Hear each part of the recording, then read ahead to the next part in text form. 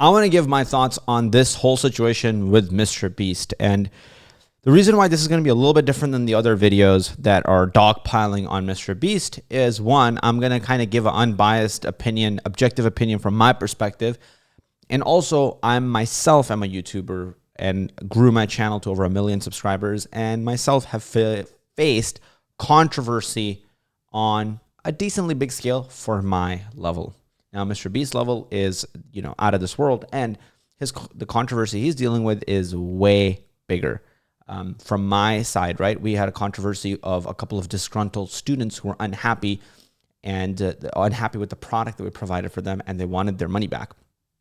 This involves children and prawn and a whole bunch of things. So let's unpack this here and just my thoughts and what I predict is kind of going to happen from this situation. So here are my thoughts. Like, if you and I are just sitting like bro to bro or bro to sis on a dinner table, and we're friends and we're just talking, and like if you just ask me like, yo, what do you think is going to happen with this situation? Honestly, bro, here's what I would tell you. Here's what I think. I'm going to start off with this. It's a really fucked situation.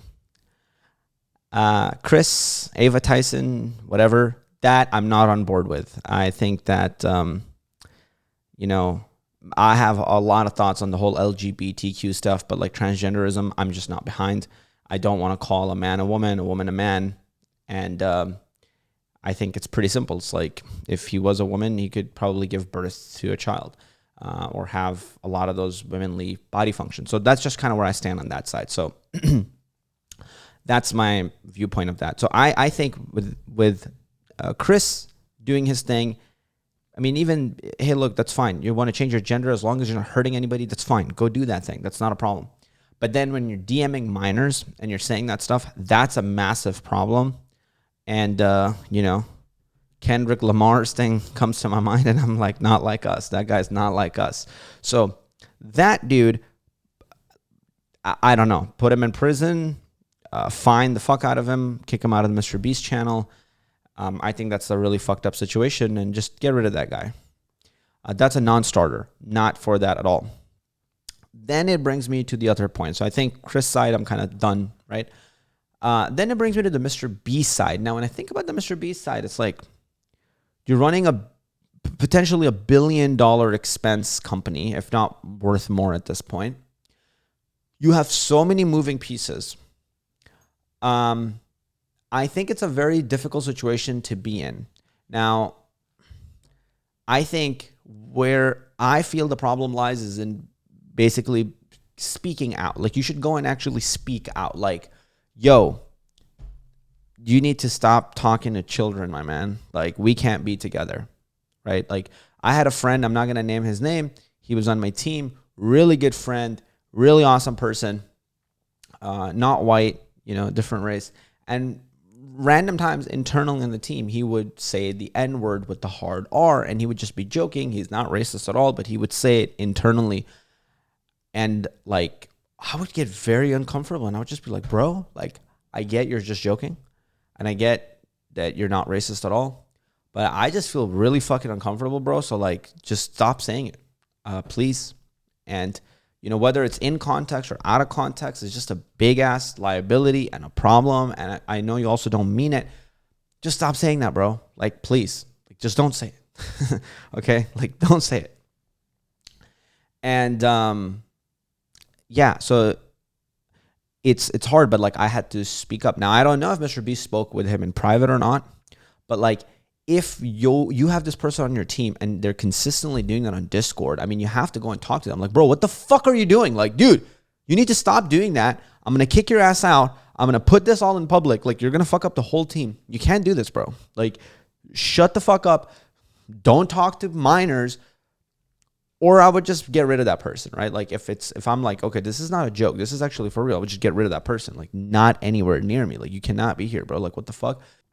And that's not even like, that's okay. That's a pretty big issue, but like, it's not as disgusting as this situation of like actually talking to minors.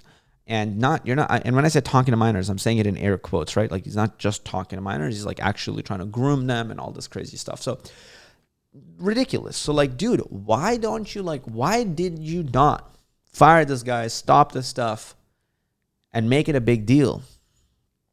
Now, couple of things, like few things, right? I want to say in MrBeast's defense. One is MrBeast never did anything like that. He never DM'd anybody.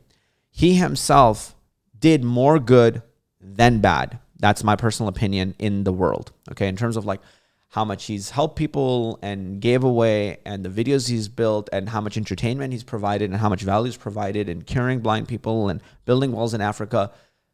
Sure, he added a lot of entertainment value. There's probably CGI. There's probably a whole bunch of stuff. But like, it's more net positive than net negative. Just my personal opinion. I think he's brought more value. He's inspired more people. He helped me because I met him in person. And I like to judge people off of my experience with them. And I met him in person. He was so kind to me. He got on the floor. He gave me respect, time of day, and gave me specific things I could do to actually help grow my own YouTube channel. I met him at VidCon. Everybody else, Colin and Samir, I met this guy. Barely even looks at me, barely acknowledges me, doesn't really have the time of day for me, and I don't fuck with them, for that reason. I'm just like, I watch their content from time to time, but I'm just like, I wouldn't really be friends with these guys. But then MrBeast, I'm like, man, this guy like actually genuinely cares. So like, if MrBeast is how he is, and let's say he's autistic, which I think he is, and he doesn't really understand a lot of social things, it's very possible he's like shell shocked. He doesn't really know how to react in that situation. He just wants to like ignore it and he thinks it's going to solve the whole problem. Like, look, you could be a successful person. You could still be very emotionally underdeveloped in ways. And we shouldn't like hang those people. They need to learn, of course, but we shouldn't like crucify those people. We should look at like also their own actions. And like his actions, his whole life have been really good. I just think like he didn't really know how to deal with the situation, how to address controversy, how to get people to not like him. And I think those are things that he's going to now need to learn how to do because he can't just keep going how he's going. Or maybe he can, but like at least it's a big rude awakening for him. But like, I feel like overall it's net positive. Now, the whole situation with Squid Games and, this is happening and the Amazon games and all this stuff is happening. People are getting injured. Sucks. Absolutely horrible. Really bad. I see the accounts of people talking about that they're getting injured. Somebody's bones are being broken. Terrible. Horrible. I will also say that like mistakes happen. To me, it doesn't seem like he's intentionally torturing people. To me, what it seems like is he got a set that's way bigger than what he's used to. And it is leading to mistakes. And this is happening. Because why wasn't this happening before? If he was torturing people, how come all those people aren't coming out and just being like, oh yeah, I'm getting tortured and I'm getting destroyed? From like decades ago, right? And he's been doing this for over a decade now, or almost a decade now. All these videos and giveaways and all this stuff. So I just feel like now everybody's dogpiling on him for everything he's ever done. And I think we need to keep it isolated to actually what's happening. Because let's judge ourselves, right? Instead of judging just him, let's also judge ourselves. Like if in our life, if people just start dogpiling, if somebody took you, bro, and like just dogpiled like let's say you get in a fight with your girlfriend right now over like something small. And then she dogpiles like every horrible thing you've ever done in your entire life. How do you react? Right? You're like, bro, I've done so much good. Like, it's just this one thing. She's like, no, you did this. You're a fucking evil person. Well, then you either turn into an evil person or you just ignore her and just run away from that situation. And that's not really what you want. Like, if we actually want change, then let's define that. Do we want to crucify and kill these people or do we want actual change? Because we could go either way. So if you want actual change, well, then we need to go, okay, what's the behavioral change that we're looking for? The behavioral change would be like, hey, if people like MrBeast stand up and call out the people, even on their own team, even at the risk of their own reputation, prophylactically and a lot earlier, not like after the fact it happens, and stand up and actually kick these people out, that's probably the change that we're looking for. So like, let's not demonize everything because then it's unlikely to lead to the behavior that like we actually want to happen in the world. It's like, let's look at isolated specific events that happened that were problematic, which in this case is like allowing Chris to do the stuff that he was doing, kind of being aware of it and not stopping it, not actually speaking out. It's like, I get it. It's like, when's the right time to ruin my day? If you have to have a tough conversation with somebody, or that there's going to be a big backlash. It's like, oh man, maybe if I just like don't talk about it, everything's going to be fine. But it doesn't work that way. You have to actually like address these things and talk about these things. So I think It's like, hey, if you're somebody who's in position of power and you have people underneath you or working with you alongside that are doing stuff like this, call that out. I think the Squid Games thing and the Amazon Games thing, it's like, I think that to me, it seems like a genuine just mistake, horrible mistake, which you should learn from and like probably have less people, because I think he went from like 100 to 300 people live to all of a sudden like 1,000, 2,000 people live. And so then there was like conditions that got bad and flights that got delayed and a whole bunch of stuff. So I think it was just like a coordination and logistical problem that was their fault. I don't think they can just blame it on external circumstances. It is a big event to handle, I think, but that needs to be handled better next time. So I think like that's how I see it, right? Like big things like this happen, like crazy things happen, like WWE Productions or WWF at the time, Wrestling Federation.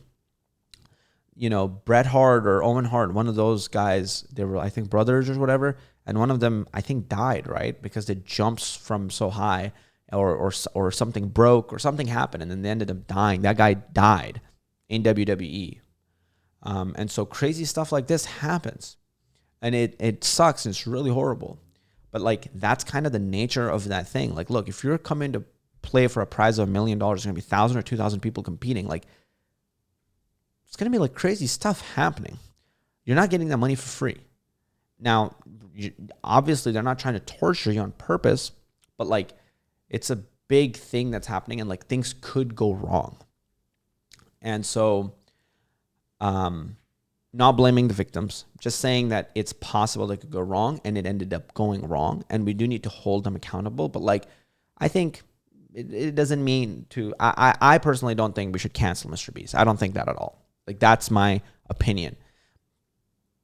Chris, Ava, talking to kids, no mercy. Like, just end that. Don't allow any platform for a person like that. MrBeast,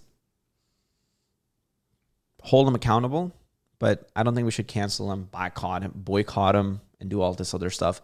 I think people overreact and go crazy. I think people just go with what the trend of the day or the mood of the day is. If it's like anger, then everybody's angry. And then if it's like it blows over, then it just blows over. And it reminds me of my own controversy, which is like everybody loved our content and was like, I love your coding videos and all this. Then like the few people that had problems with the program, they just went crazy and like got big microphones and were like, oh my God, this was the most craziest thing ever. And then the controversy blew over. They got their money back. And then all the people started commenting negative stuff on all our videos. And then eventually just died down. Now nobody leaves negative comments. Everybody's forgotten about it. Back to like, oh, thank you for the videos. This is really helpful. I learned from my mistake of like how to run a program better, and I take ownership over that. So it's like I'm working to make our programs better. Now I'm building up product, so I don't even have to get into situations like that. So I'm learning as an entrepreneur. I'm not perfect. I make mistakes, and I made a mistake, and those customers did have a bad experience, and it was my fault, and it sucked. And I was held accountable, and it was like pretty bad. But then we got over it. And then we improve from there. And so I just feel like in this situation with MrBeast, it's going to blow over eventually. He's going to be fine. I just think that like, if you're watching this video, just think more critically. Don't just jump on like what the trend of the moment is right now, because everybody who's going to make a hate video right now is going to blow up with MrBeast. So like, of course they're incentivized to do it, right? Why not? Like, I was laughing even when people made hate videos on me. It was like few hate videos or hit pieces. It was like their channel, you look at it, they keep getting 500 views per video, 1,000 views per video. Then they like drop this video on me at the time when like people were like, oh my God, they've committed the craziest crime, which was like bad experience for like 10 or 15 customers out of like 5,000 customers that we've had. Online digital program, by the way. So it was all online. We never even met these people in person. And when they would make this video, like it would get 100,000 views. So like, why wouldn't you do it? Then why wouldn't you do part 2 and part 3 and just keep it going, right? Because you've now you've made more AdSense than you thought possible, and now you're happy. And so it's like, but then the narrative for other people is like, well, these people are just this person is just an absolutely horrible person, and it paints this like negative picture, which might not be real. Sometimes it is real, sometimes it might not be real. So I think just like think critically, think of your own experiences with that person. When I think of my own personal experiences with MrBeast, they've been really good. And all the content I've watched, I feel like he's a genuinely good person. I think that he made a mistake not standing up earlier and firing his friend a lot earlier. And I think he made a mistake with Amazon Games. I think he just like logistically was underprepared. But I think overall he's a good person. Should not be canceled. And yeah, let me know what you think in the comments. But yeah, those are my thoughts. Love your beautiful face, and I'll see you in the next video.